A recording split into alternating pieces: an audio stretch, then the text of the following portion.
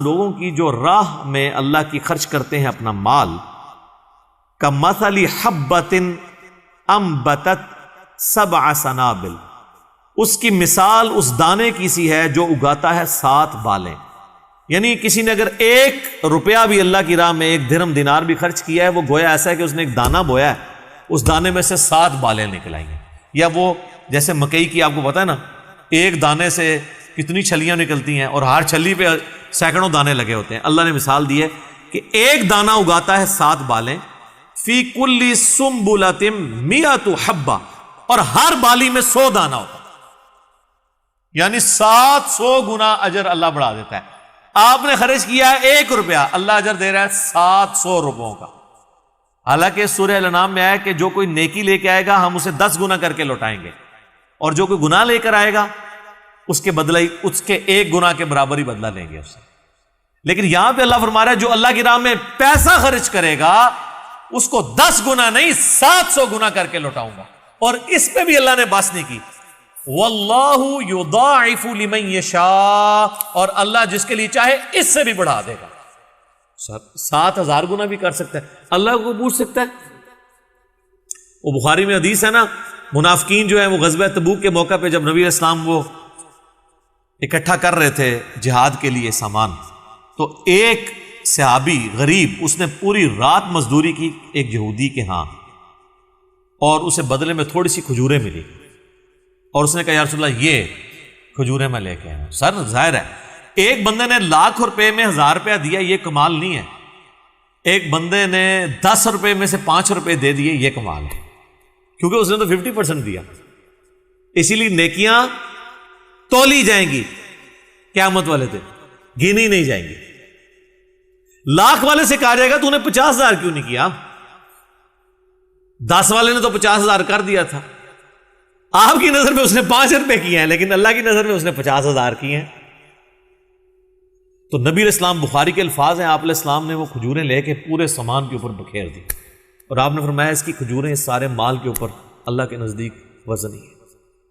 اللہ ہی اللہ جی، یار اندازہ کریں اس سامان میں حضرت عثمان کے 700 اونٹ بھی ہیں، اور اللہ کے نزدیک ایک مٹھی میں آنے والی کھجوریں ان 700 اونٹوں سے بڑھ کے، کیونکہ اس بیچارے کے پاس تو ہے ہی وہی کچھ تھا، اس نے تو سب کچھ لٹا دیا۔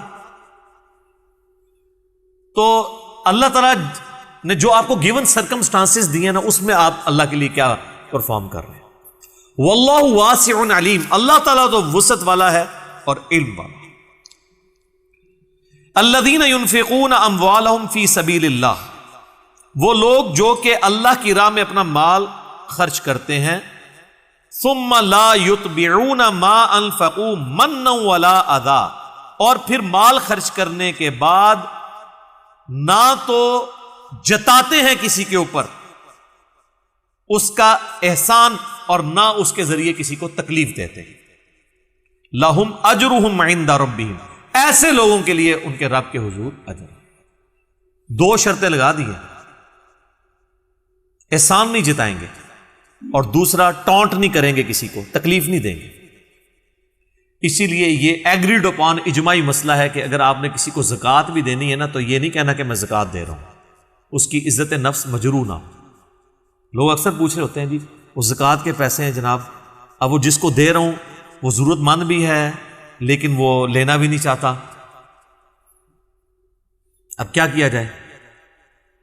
زکوٰۃ کا کہیں گے تو اگرچہ ضرورت مند ہے، زکوٰۃ کا سن کے نہیں لے گا، تو بھائی آپ نہ بتائیں، آپ عیدی کر کے دے دیں، گفٹ کر کے دے دیں، آگے چل کے آئے گا اسی کانٹیکسٹ میں۔ بخاری مسلم میں حدیث ہے، نبی علیہ السلام فرمایا مسکین وہ نہیں ہے کہ جو 2 یا 4 کھجوریں یا 1 وقت کی روٹی کسی سے مانگتا پھرے، مسکین تو وہ ہے کہ جو اپنی غربت سے اپنی شکل سے پہچانا جائے لیکن کسی کے آگے ہاتھ نہ پھیلائے، ان کو تلاش کر کے اللہ کی راہ میں خرچ کرے۔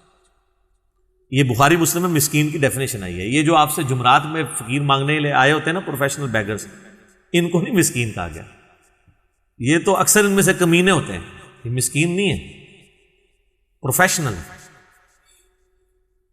اور کروڑ پتی ہیں۔ سر حالانکہ ابو داؤد میں حدیث ہے اور سنن ابن ماجہ میں نبی علیہ السلام فرمایا کہ سوال کرنا اس شخص کے لیے جائز ہے جس کے پاس جو مال ہے نا وہ ایک اوقیہ سے کم ہو. ایک اوقیہ ہوتی تھی 40 درہم. 40 درہم اس زمانے کے 4 دینار ہوتے تھے سونے کے. 10 اور 1 کی ریشو تھی سونا اور چاندی میں. اور 20 دینار اس زمانے کے آج کل کے بنتے ہیں 7.5 تولے سونا. تو آج کا 4 دینار آپ سمجھ لیں بنتا ہے 1.5 تولے سونا. چاندی تو چونکہ ایبسلیٹ ہو چکی ہے اب. تو 1.5 تولے سونا کے برابر جس کے پاس رقم ہے نا وہ کسی سے مانگ نہیں سکتا. یعنی اب تو سونا ایک دم ہی چڑھ گیا نا, 97 سے 25-30 پہ پہنچ گیا. یعنی اب موٹا موٹا صاحب لگا لیں آپ 1.5 تولے سے مراد 2 لاکھ روپے آج کے اعتبار سے. جس کے پاس اتنی رقم موجود ہے وہ کسی سے ڈیمانڈ نہیں کرے گا جب تک اسے خرچ کر کے اس ڈیٹم لیول سے نیچے نہیں آئے. تو آپ فقیروں سے دیکھیں, وہ تو ان کا ایک ایک بچہ 1000 کی روزانہ دیہڑی لگا رہا ہوتا ہے. اللہ تعالیٰ فرماتا ہے کہ نہ تکلیف دینی ہے اور نہ دکھ دینا ہے بعد میں. لہم اجرہم عند ربہم, ایسے لوگوں کے لیے اللہ کے حضور اپنا اجر ان کے رب کے حضور پکا ہے. ولا خوف علیہم ولا ہم یحزنون, پھر ایسے لوگوں کو نہ تو قیامت والے دن کوئی خوف ہوگا نہ کوئی غم. دیکھیں مال خرچ کرنے پہ ہی. اچھا اس کا یہ مطلب نہیں ہے کہ نماز نہیں پڑھنی, نماز پڑھنی ہے, فرائض ضرور اسلام کی بنیاد جن 5 چیزوں پہ وہ تو آپ نے پوری کرنی. اس کے بعد سر اس کے بعد بھی جنت مل جائے تو بڑی آسانی والی بات ہے. جامعہ ترمذی میں حدیث ہے سیدنا عثمان جب کبھی قبرستان جاتے تو اتنا روتے کہ داڑھی آنسوؤں سے تر ہو جاتی. تو لوگ پوچھتے کہ یہ آپ کیوں اتنا روتے ہیں قبرستان آ کے؟ حالانکہ یہ وہ شخص ہے جسے جنت کی بشارت ملی ہوئی ہے. تو وہ کہتے ہیں کہ میں نے نبی علیہ السلام سے سنا تھا کہ آخرت کی منزلوں میں پہلی منزل قبر کی ہے. جس کی یہ منزل آسان ہوئی اس کی اگلی منزلیں آسان ہوں گی, اور جو اس میں پھنس گیا وہ اگلی اس کے لیے مشکل در مشکل ہوں گی. تو میں اس لیے یہاں پہ روتا ہوں کہ اللہ تعالیٰ میری ان منزلوں کو آسان کرے. اور ہم دیکھیں تشہد میں دعا بھی مانگتے ہیں, اللہم انی اعوذ بک من عذاب جہنم ومن عذاب القبر ومن فتنۃ المحیا والممات ومن شر فتنۃ المسیح الدجال, آمین. بخاری مسلم دونوں میں حدیث ہے. قول معروف ومغفرۃ خیر من صدقہ, کسی سے اچھے طریقے سے بات کر لینا یا معاف کر دینا اس صدقے سے بہتر ہے. لیں جی مال بھی خرچ کرنے کی ضرورت نہیں ہے, صرف کسی سے اخلاق سے بات کر لینا. اور کسی نے آپ کے ساتھ زیادتی کی ہے تو یار چھوڑو, اللہ کے لیے معاف کیا. اللہ فرماتا ہے یہ عمل جو ہے نا اللہ کی راہ میں مال خرچ کرنے سے بہتر ہے اس مال سے یتبعها اذا, جس کے بعد تم دکھ پہنچاؤ کسی کو. یعنی مال خرچ کر کے اس پہ احسان جتا رہے ہو, اللہ تعالیٰ ہمارا اس سے بہتر تھا کہ تم اسے مال نہ دیتے, اس کے ساتھ ہمدردی کے 2 بول ہی بول لیتے کہ اللہ تیری یار مشکل آسان کرے. دعا دے دیتے نا اسے مال کی بجائے کہ مال دے کے اس پہ احسان جتا رہے ہو وہ تو ضائع ہو گیا. اس سے بہتر تھا اسے مال نہ دیتے. کوئی غریب آدمی آیا تھا کہتے اللہ تیرے لیے آسانی کرے. اب دیکھیں یہاں لوگ جھڑک دیتے ہیں, پروفیشنلز کو بھی جھڑک نہیں آپ سکتے, یہ دعا دے کے رخصت کریں. میں نہیں کہتا پروفیشنل کو آپ ضرور دیں, البتہ کوئی ایسا پروفیشنل ہے جو معذور ہے پھر اس کو آپ دے سکتے, کیونکہ وہ اس پوزیشن میں ہے کہ اس کے اوپر بھیک والا معاملہ اللہ تعالیٰ ایکسیپٹ کر لے. اور اگر اس کے بغیر کوئی کر رہا ہے تو بخاری مسلم میں حدیث ہے جو شخص بغیر کسی ریزن کے بھیک مانگتا ہے تو قیامت والے دن وہ اس حال میں اللہ کے حضور آئے گا, اس کے چہرے پہ گوشت نہیں ہوگا. جی یہ بخاری مسلم دونوں میں حدیث ہے. اور صحابہ کرام کہتے ہیں نبی علیہ السلام نے سوال کرنے کی اتنی ہمیں ترغیب دلائی کی, ممانعت کی کہ کسی سے آپ نے احسان نہیں لینا. کہتے ہیں ہم اتنا ڈر گئے کہ حالت یہ ہوتی تھی کہ اگر کوئی شخص گھوڑے پہ بیٹھا ہے نا اور اس کی چابک زمین پہ گر گئی ہے تو کسی سے نہیں کہتا تھا یار یہ اٹھا دے, کہ کہیں اللہ کے حضور سوال کرنے میں شمار نہ ہو. وہ نیچے اترتا تھا اٹھا کے اوپر. سر یہ سوال کرنا ہے, یعنی صحابہ کرام کے تقوی کا لیول یہ تھا, کسی کے آگے ہاتھ نہیں پھیلانا. اس میں کافی ساری حدیثیں ہیں, ان میں سے 5-6 بڑی کریٹیکل حدیثیں ہیں. جب وہ یہ ٹاپک کنکلوڈ ہو رہا ہوگا نا اگلی کلاس کے اندر, میں آپ کو وہ ترتیب سے وہ حدیثیں سناؤں گا.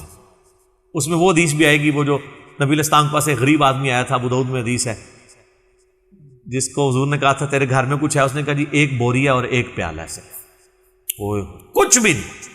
وہ پیالہ آپ علیہ السلام نے پھر کہا کون ہے جو خریدے؟ تو ایک نے کہا 1 درہم میں خریدتا ہوں، اب فرمایا اس سے زیادہ، دوسرے نے کہا میں 2 درہم میں خریدتا ہوں۔ نبی علیہ السلام نے وہ 2 درہم میں بیچا اس کا پیالہ، 1 درہم سے کہا یہ گھر میں کھانا ڈلواؤ، اور 1 سے آپ علیہ السلام نے کہا کہ کلاہڑا خرید کے لاؤ۔ اس کا وہ جو اگلا حصہ لوہے کا وہ خرید کے لایا، نبی علیہ السلام نے اپنے مبارک ہاتھوں سے اس میں دستہ ڈالا، کیا خوش نصیبی۔ پھر آپ نے کلاڑا دیا اور آپ نے فرمایا کہ جاؤ جنگل میں لکڑیاں کاٹو اور مزدوری کرو، اس کے ذریعے بیچ کے تو اپنے آپ گھر والوں کو کھلاؤ، اور الفاظ ہیں 15 دن تک تم نے مجھے اپنی شکل نہیں دکھانی۔ یہ نا ایک دن جیسا یہاں بھی ڈاکٹر سے لوگ دوائی لیتے ہیں، اگلے دن ہی پہنچ جاتے ہیں ڈاکٹر صاحب رام نہیں آیا۔ آپ نے 15 دن مجھے شکل نہیں دکھانی، 15 دن محنت کرنی ہے۔